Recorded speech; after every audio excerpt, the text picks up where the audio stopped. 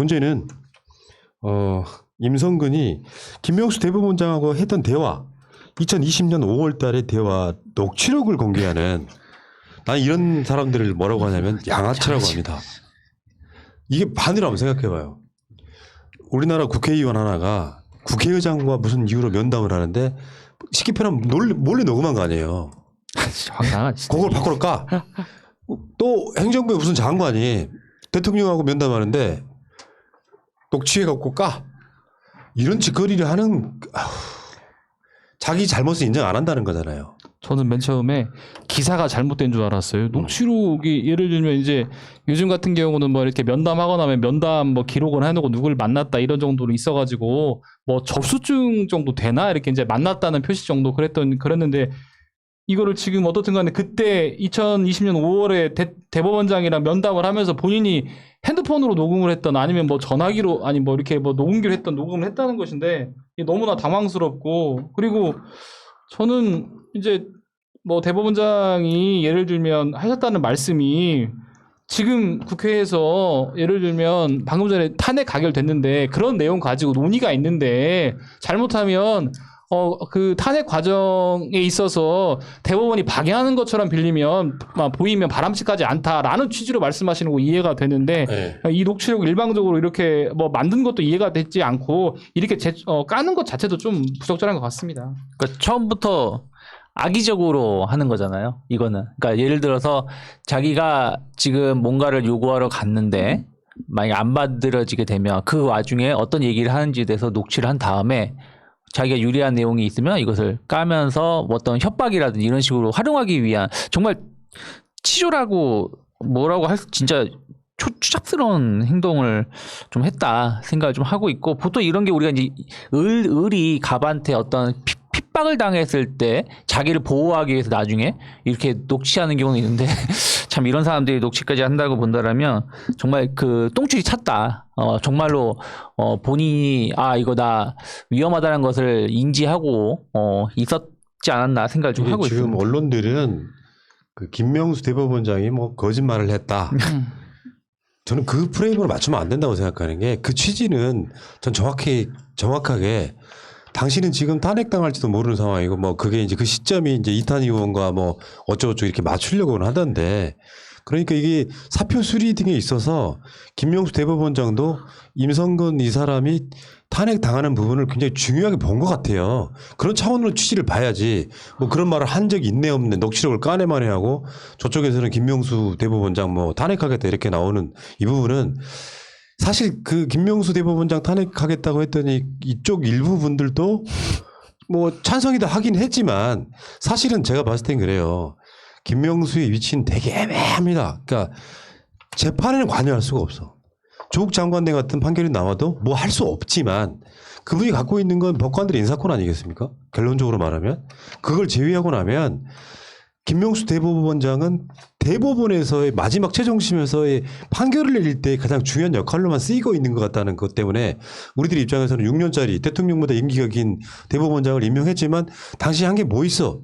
그 인정. 그렇지만 현실적으로 할 수 있는 것도 많지 않다. 그러니까 이쪽에서도 김명수 잘라라 하지만 내가 봤을 때 김명수 대법원장보다 더 개혁적인 대법원장 오기도 쉽지는 않을 거다. 전 그렇게 봐요. 네, 거기에 저는 100% 동의합니다. 왜냐하면은 그 김명수 대법원장을 어떻게 봐야 되냐면은 평이 사법부의 문재인이라는 평을 받거든요. 그러니까 그 정도로 그 우리법연구회라는 게 사법부 안에서 대단한 존재입니다. 그 안에서 진보적 목소리를 내기 위해서 그 모여서 그 공부를 했고 어떻게 하면 우리법 사법부를 진보적 그 아젠다를 중심으로 좀 변화시킬지에 대한 노력을 했던 사람이고 지금 말씀하신 대로 김명수 대법원장이 할 수 있는 그 권한이 별로 없어요.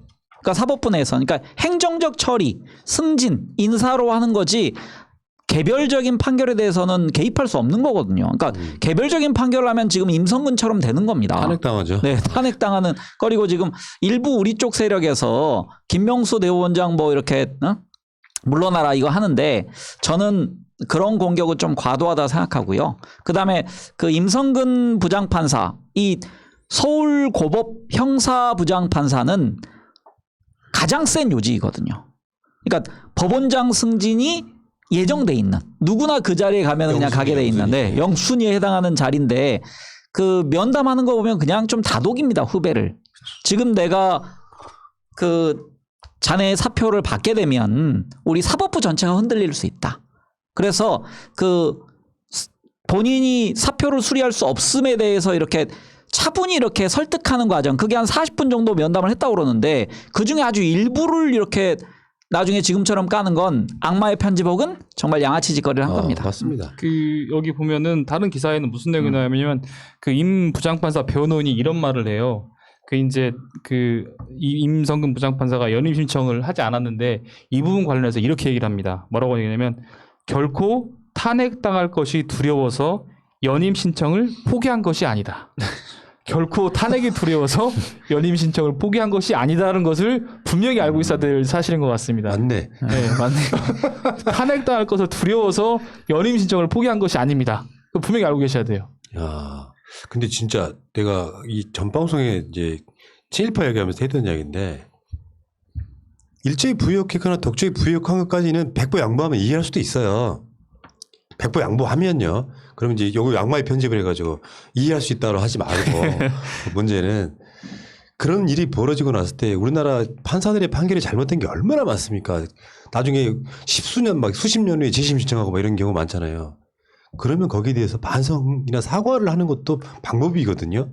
우리나라 역대 판사들 중에 뭐 박범계 등 뭐 한두 사람을 제외하고는 자기 판결에 대해서 사과한 적도 없고 그러니까 검사들이랑 똑같은 구조 속에 놓여 있으면서 한 번도 그걸 사과한 적이 예를 들어서 임성근 같은 자가 탄핵 당하는 걸 떠나서 이렇게 해서 국민들께서 사죄를 드린다.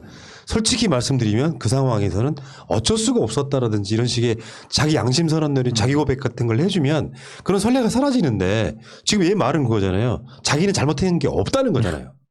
이게 문제인 거지. 그러니까 탄핵까지 당하는 거거든요.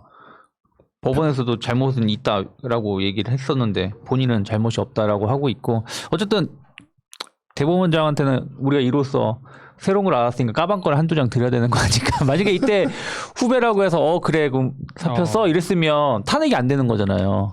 그래서 저는 그런 것도 알게 모르게 황 작가님이 말씀하신 것처럼 알게 모르게 뒤에서 많은 노력을 하고 계시다라는 걸 좀 느꼈습니다. 그러니까 아까 그 춘변이 말씀하신 대로 지금 권한 외의 행위를 해서 지금 그 재판에 개입한 거잖아요. 그래서 근데 문제는 권한 남용에 법률적으로 해당되지 않는다라는 게 권한에 적시되지 않은 걸 해서 권한 남용이 아니다. 네. 이게 그러니까 불법성을 인정하면서 형사적으로는 그 유죄 판결을 내릴 수 없는 구조이기 때문에 그럴 경우에는 그 법의 미비가 있는데 그렇죠. 이건 정치적으로 판결할 수밖에 없는 그렇죠. 거죠. 그래서 정치적 판결을 하는 국회가 나선 게 저는 정당하다라는 생각입니다. 그게 박근혜 탄핵도 마찬가지예요. 박근혜는 형사적인 것 때문에 탄핵당한 게 아니라고 국민을 태하는 태도가 너무 나빴던 거죠.